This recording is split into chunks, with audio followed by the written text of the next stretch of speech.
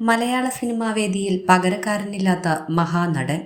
വ്യത്യസ്ത വേഷങ്ങൾ അഭിനയിച്ച് മലയാളികൾക്ക് എന്നും മനസ്സിൽ മറക്കാനാവാത്ത രീതിയിൽ അനശ്വരമാക്കി തീർത്ത അതുല്യ പ്രതിഭയുടെ ഓർമ്മകൾക്ക് ഇന്ന് 12 വയസ്സ്. മലയാള സിനിമ ഉള്ളിടത്തോളം കാലം തിലകൻ എന്ന ആ മഹാനടന്റെ വേർപാട് നമ്മൾക്ക് ചിന്തിക്കാൻ പോലും കഴിയില്ല എന്നതാണ് സത്യം. മലയാള സിനിമാ ലോകത്തിലെ ഭാവത്തെയും ശബ്ദത്തെയും ഒരുപോലെ സമന്വയിപ്പിക്കുകയും മൗനങ്ങളിൽ പോലും വികാരപ്രപഞ്ചത്തിന്റെ വേലിയേറ്റ് സൃഷ്ടിക്കുകയും ചെയ്ത അതുല്യ പ്രതിഭ തന്നെയായിരുന്നു ഇദ്ദേഹം. പത്തനംതിട്ട ജില്ലയിലെ അയിരൂർ പഞ്ചായത്തിലെ പ്ലാങ്കാമണിൽ പാലപ്പുറത്ത് TS കേശവന്റെയും ദേവയാനിയുടെയും മകനായി 1935 ഡിസംബർ 8 ജനനം.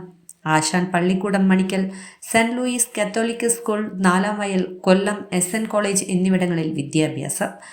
1955 അഭിനയ ജീവിതം തുടരുന്നതിനായി കോളേജ് വിട്ടു. കോളേജ് വിദ്യാഭ്യാസ കാലത്ത് തന്നെ നാടകങ്ങളിലൂടെ അഭിനയ രംഗത്ത് സജീവമായിരുന്നു. കോളേജ് വിട്ട ശേഷം മുണ്ടക്കയം നാടക സമിതിക്ക് രൂപം കൊടുത്തു.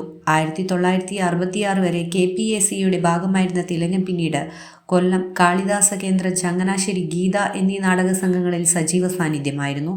തുടർന്ന് PJ ആന്റണി രൂപം കൊടുത്ത നാടക സമിതിയിലും പ്രവർത്തിച്ചു. PJ ആന്റണിയുടെ മരണശേഷം ആ നാടക ട്രൂപ്പ് ഏറ്റെടുത്ത് പ്രവർത്തിപ്പിച്ചു. ഇതിനിടയിൽ റേഡിയോ നാടകങ്ങൾക്കും തിലകൻ ശബ്ദം നൽകി. പെരുന്തച്ചനിലെ തച്ചനും, 3-ാം പക്കത്തിലെ തമ്പി മുത്തശ്ശനും, കണ്ണെഴുതി പൊട്ടുംതൊട്ടിലെ നടേശ മുതലാളിയും, യവനികയിലെ വക്കച്ചനും, കിരീടത്തിലെ അച്യുതൻ നായരും, സ്ഫടികത്തിലെ ചാക്കോമാഷും, കാട്ടുകുതിരയിലെ കൊച്ചുവാവയുമൊക്കെ മലയാളികളുടെ ഇടനെഞ്ചിൽ ഇന്നും തുടിക്കുന്നു.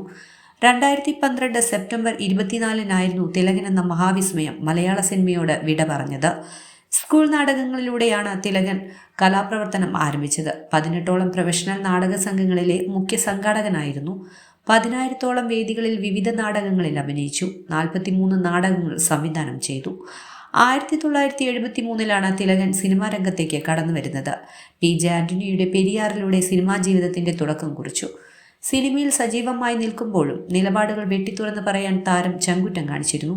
അതുകൊണ്ട് തന്നെ പലപ്പോഴും സിനിമാ മേഖലയിൽ ഒറ്റപ്പെടുന്ന സാഹചര്യവും ഉണ്ടായി. അവസരങ്ങൾ നിഷേധിക്കപ്പെട്ടാലും പറയാനുള്ളത് അദ്ദേഹം വ്യക്തമായി തന്നെ പറഞ്ഞിരുന്നു. അതുകൊണ്ട് തന്നെയാണ് ഹേമ കമ്മിറ്റി റിപ്പോർട്ടിനൊപ്പം തന്നെ തിലകൻ എന്ന പേരും ആളുകൾ ചർച്ച ചെയ്യുന്നത്. മഹാനടന്റെ സിനിമാ ജീവിതം മാത്രമല്ല, സ്വകാര്യ ജീവിതവും പലപ്പോഴും വാർത്തകളിൽ നിറയാറുണ്ടായിരുന്നു. കഥാപാത്രത്തെ നന്നാക്കുന്നതിനു വേണ്ടി എന്ത് ത്യാഗം സഹിക്കാനും തയ്യാറായിരുന്ന നടൻ മരണത്തോടടുത്ത നാളുകളെന്ന് എല്ലാവരും തിരിച്ചറിഞ്ഞ സമയങ്ങളിൽ പോലും അഭിനയ രംഗത്ത് നിന്ന് പിന്മാറാതെ ആവേശത്തോടെ രംഗത്ത് വരാൻ താല്പര്യം കാണിച്ച നാളുകൾ. അഭിനയ തിലകന് ജീവിതമായിരുന്നു. തൻ്റെ ഇടവും നിലപാടവുമായിരുന്നു എന്നും തിലകന്റെ മുഖമുദ്ര. ആരുടെ മുന്നിലും തലകുനിക്കാത്ത, പറയാനുള്ളത് പറഞ്ഞതുകൊണ്ടുള്ള നഷ്ടങ്ങളെ വകവയ്ക്കാത്ത, സ്നേഹം നിറഞ്ഞ സിംഹം എന്ന് തന്നെ അദ്ദേഹത്തെ വിശേഷിപ്പിക്കാം. വെള്ളിത്തിരയ്ക്ക് അകത്തും പുറത്തും സുരേന്ദ്രനാഥ് തിലകൻ എന്ന മലയാളത്തിന്റെ സ്വന്തം പെരുന്തച്ചൻ ഇനിയും ജീവിക്കും.